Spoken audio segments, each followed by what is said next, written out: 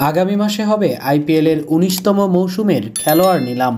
তার আগে আজকে দলগুলোর রিটেইনড ও রিলিজড ক্রিকেটারদের তালিকা জমা দেওয়ার সময় বেঁধে দেওয়ার শেষ দিন ছিল। ছেড়ে দেওয়ার তালিকায় সবচেয়ে বড় চমক হিসেবে এসেছে কলকাতা নাইট রাইডার্সের তারকা অলরাউন্ডার আন্দ্রে রাসেলের নাম। আইপিএলে ২০১৪ সাল থেকে কলকাতার হয়ে খেলেছেন রাসেল।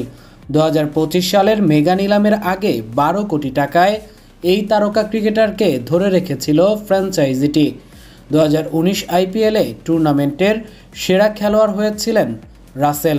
কলকাতার হয়ে ২০১৪ ও ২০২৪ মৌসুমের শিরোপাজয়ী দলের সদস্য ছিলেন তিনি।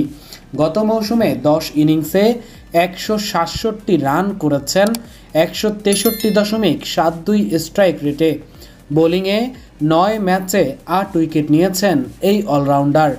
রাসেল ছাড়াও গত নিলামে দলটির সবচেয়ে দামি ক্রিকেটার ভেঙ্কটেশ আয়ারকে ছেড়ে দিয়েছে তিনবারের চ্যাম্পিয়ন দলটি। কলকাতার ছেড়ে দেওয়ার তালিকায় বিদেশিদের মধ্যে আরও আছেন Quinton de Kock, Anrich Nortje, Rahmanullah Gurbaz, Moeen Ali ও স্পেন্সার জনসন।